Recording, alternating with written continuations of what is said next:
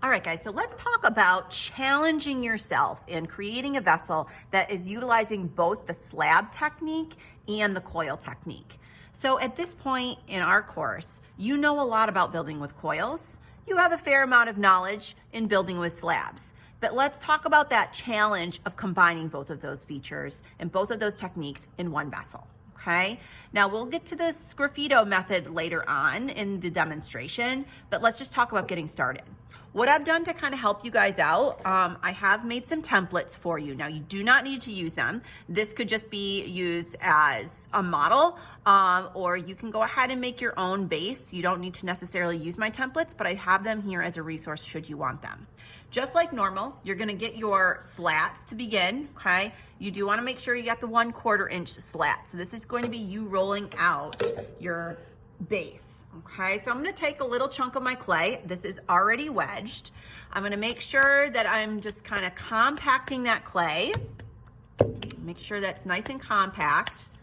So what I like to do whenever we're rolling out slabs, which I know you guys have a lot of experience in already, I'm gonna take that, I'm gonna kind of squash it a little bit like a hockey puck or like a little biscuit, okay? So I'm gonna take that clay, kind of compact it, squash it like a biscuit, so that as I begin to roll out my little baby slab, that it's not gonna be difficult to roll on a sphere. So then I'm going to make sure I've got my rolling pin, roll back and forth just a little bit. I'm gonna take it and turn it, roll just a little bit back and forth and flip it. So remember guys, on these tabletops, even though they look like wood, they're fake wood. So you wanna make sure you're constantly flipping and turning and moving that clay so that it's not sticking to your tabletop. Now you know the drill. We're gonna keep rolling and making that little baby slab grow like a blob, right? Up until the point that I hear that wood of the roller hitting the wood of my slat. So I'm gonna keep rolling until I know that my clay is that perfect thickness, okay? So that is absolutely perfect. It's that perfect 1/4 inch in thickness. So the next thing that I'm gonna do is get set up for my base. So you know that you could do a coil method to create your base. I'm actually just gonna use the slab method, okay? So again, I'm kind of combining both methods.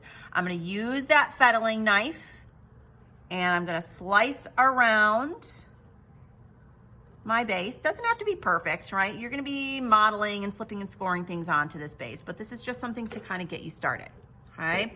So, you know with clay, it is going to shrink at some point once it starts to dry out and then when we fire it. So I do want you to kind of think about that as you're rolling out your base if you're choosing not to use the template that I've given you, okay? So this is step one, is getting your base ready for this slab and coil mug.